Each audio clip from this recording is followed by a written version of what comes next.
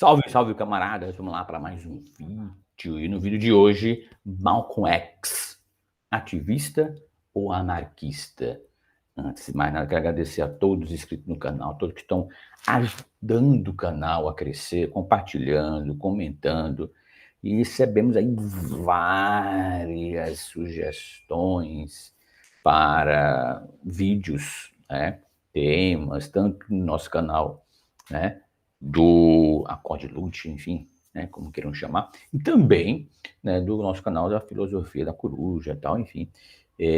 Mas vamos lá, quem foi, né, Malcolm X, né, ativista ou anarquista, né, enfim, tá? Primeiramente, vamos entender, tá, quem foi a persona, e depois no final a gente vai falar os conceitos e aí fica a critério de vocês, né, entenderem aí se ele é um anarquista, se é um ativista, enfim. Foi um dos mais importantes, sem dúvida nenhuma, líderes dos movimentos pelos direitos civis dos negros nos Estados Unidos. Sua vida foi marcada por uma trajetória de transformação, luta e resistência contra o racismo e a opressão. Nascido ali em 1925, em Omaha, né, Nebraska, Malcolm X era filho de Early Little, né, que era um pastor batista e ativista da Organização Nacionalista Negra Universal, né, também na Negro Improvement Association, tá, que é a UNIA, que foi fundada por Marcus Garvey. Tá? Sua mãe, Louise, tá, Little, era uma mulher de origem, né, caribenha, que também, né, participava ali da UNIA.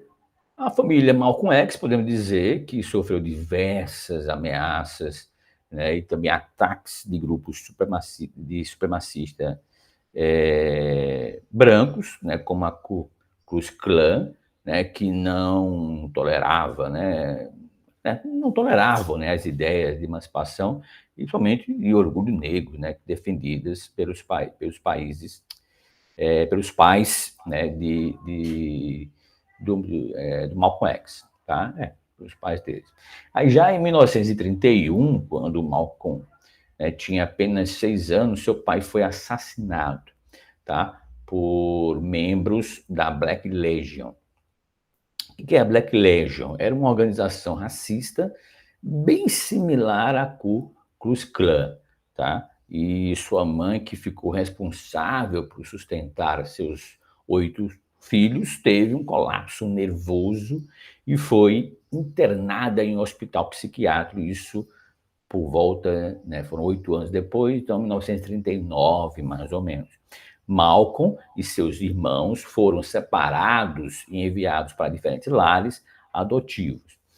Ele teve uma infância e adolescência difícil, marcada pela pobreza, violência, discriminação muito preponderante, muito frequente. Ele, e com isso, né, ele foi, né, frequentou escolas que eram predominantemente brancas, né, onde conseguiu se destacar como um aluno inteligente e talentoso, mas também enfrentou o preconceito de quem? De professores e colegas.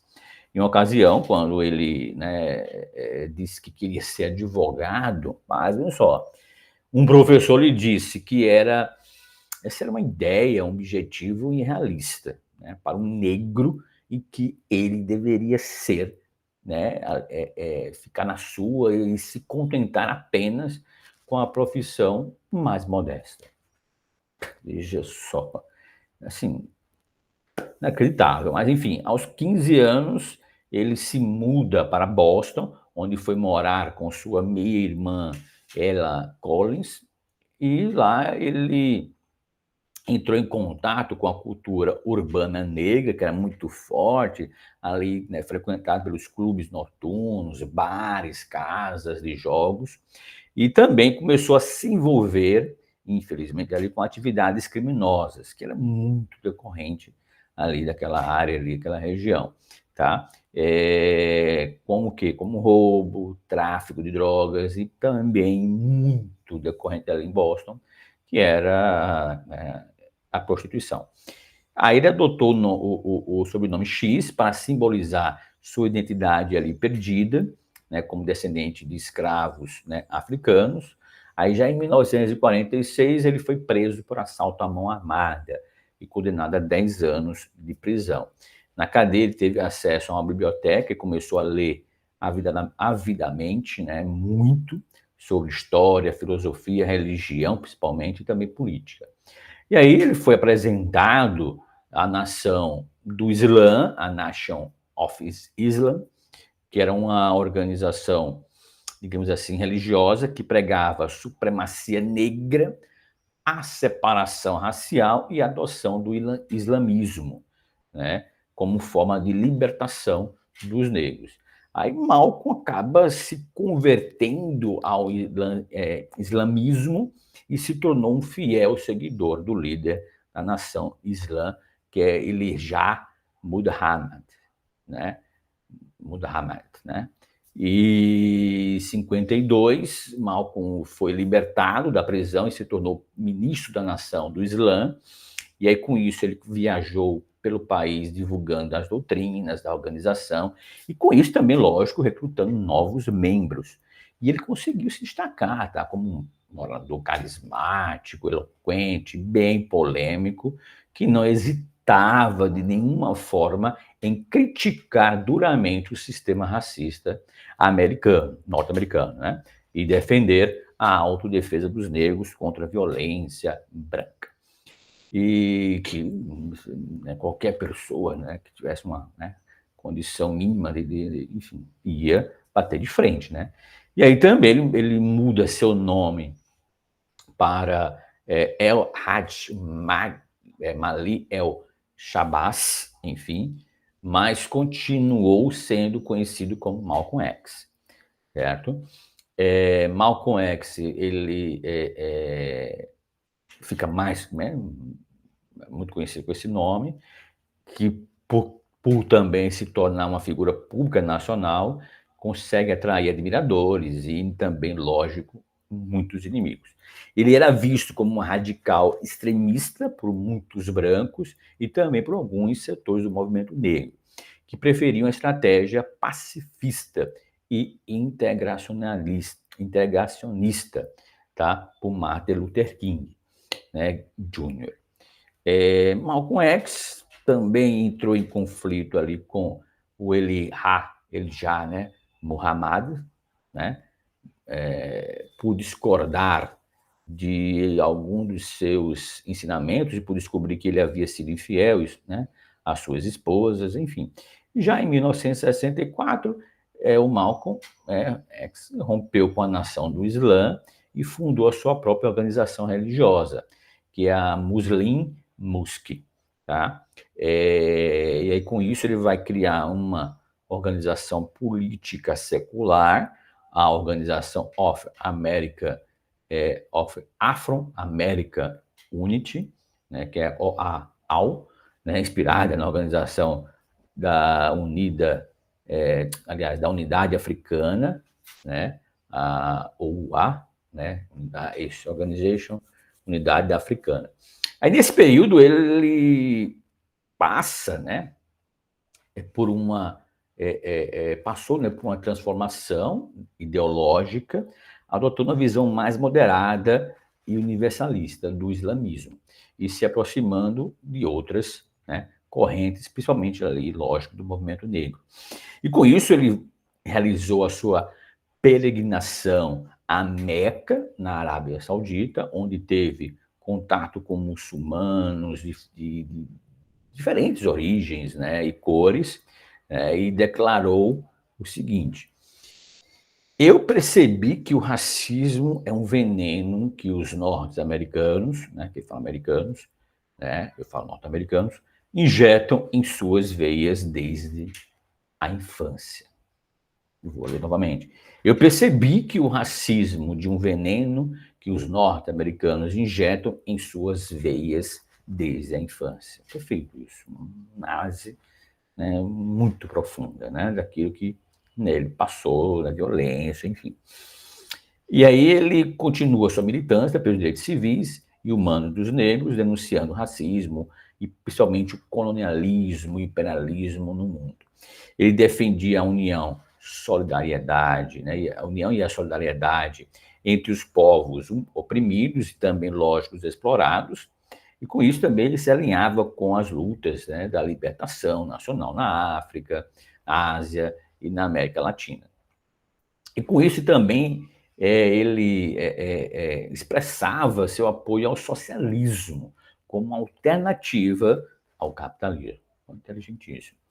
Aí, em 21 de fevereiro, né, que 5 dias, né, antes, né, do meu aniversário, aí 26, né, mas é 21 de fevereiro de 1965, ele foi assassinado por 3 membros da nação do Islã, que invadiram um salão de baile em Harlem, né, lá em Nova York, onde se preparava para fazer o discurso. E ele foi atingido por 16 tiros e morreu com 39 anos. E aí seu funeral, lógico, foi acompanhado por milhares de pessoas que prestaram homenagem ao seu legado e à luta, né, da sua resistência, que foi sua marca, né, registrada, digamos assim. Ele é considerado um dos maiores ícones da história afro-americana e também, lógico, mundial. Sua vida e obra inspiraram gerações de ativistas, artistas, intelectuais e líderes sociais. E ele é conhecido como um defensor da dignidade, da justiça, da liberdade dos negros em todos os povos oprimidos. E eu vou destacar aqui algumas frases dele, né, bacana, que eu acho assim fantástica, né?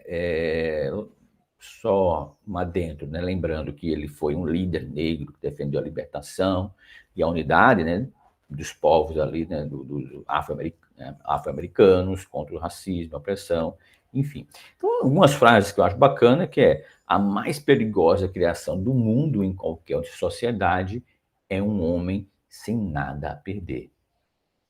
Né? Com nada a perder, ele é uma arma gigantesca e perigosa. As únicas pessoas que realmente mudaram a história foram as que mudaram o pensamento dos homens a respeito de si mesmos. Não se pode separar paz de liberdade, porque ninguém consegue estar em paz a menos que tenha, né, sua liberdade. Se você não está pronto para morrer por ela, coloque a palavra liberdade fora do seu vocabulário. Não se tem uma revolução quando se ama o inimigo. Não se tem uma revolução quando se está implorando ao sistema de exploração que ele integra, né, que ele está integrado. Revoluções derrubam sistemas, revoluções destroem sistemas. A educação é o maior, né, o nosso passaporte para o futuro, pois o amanhã pertence às pessoas que preparam o quê? Hoje. Então, assim, ele foi, sem dúvida nenhuma, um exemplo de coragem, resistência, consciência, né, para muitos negros e negras, né, que lutam por seus direitos, né, e principalmente de dignidade. E aí, vamos lá, anarquista, né, que é um termo que se refere a uma corrente de pensamento filosófica que defende a abolição de qualquer forma de autoridade, hierarquia ou dominação sobre indivíduos. Os filósofos anarquistas acreditam que as pessoas são capazes de se organizar de forma livre, voluntária e cooperativa, sem o quê? Sem necessidade de de um Estado, uma igreja, uma lei ou um líder. Alguns dos principais filósofos anarquistas foram, né, Pierre-Joseph Proudhon, Mikhail Bakunin, Hermann Goldman, Max Stirner, Peter Kropotkin, sei lá como é que se fala o nome dele, e Enrico Malatesta. Tá? E já o termo ativista, que se refere a alguém que defende uma causa, uma ideia com ações práticas, né, geralmente em posição ao status quo ou às autoridades estabelecidas. E a filosofia, né, ativista é aquela que busca transformar a realidade social e política por meio de um quê? Uma crítica radical e de uma intervenção, lógico, direta aos problemas que vão afetar a humanidade, que estão ali afetando, né, a situação que está inserida. Alguns filósofos que podem ser considerados ativistas são os anarquistas, que rejeitam qualquer forma de dominação, hierárquica ou governo. Agora confundiu tudo, né?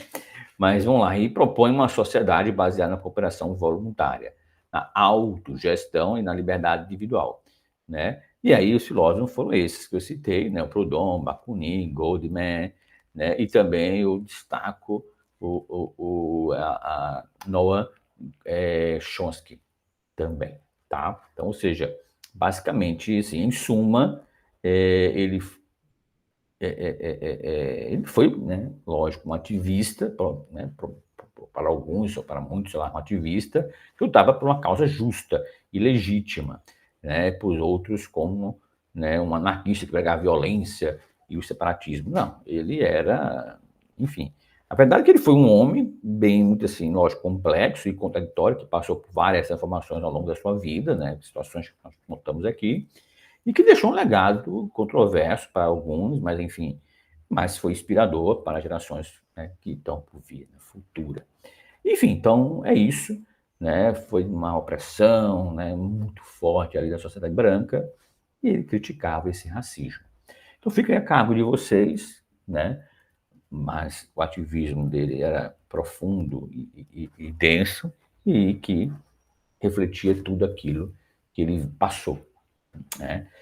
Camaradas, é isto. Então, curtam, compartilhem, tá? Dá um joinha, se inscreve no canal também, né? E compartilhe com seus amigos. E ficamos até os próximos vídeos. Acorde e lute, porque Malcolm X acordou, mas infelizmente foi calado, como sempre, né? Quando a gente defende, né, o bem-estar social do ser, acaba sendo vítima. Mas, vamos lá, acorde sempre e lute. Até mais, até os próximos vídeos.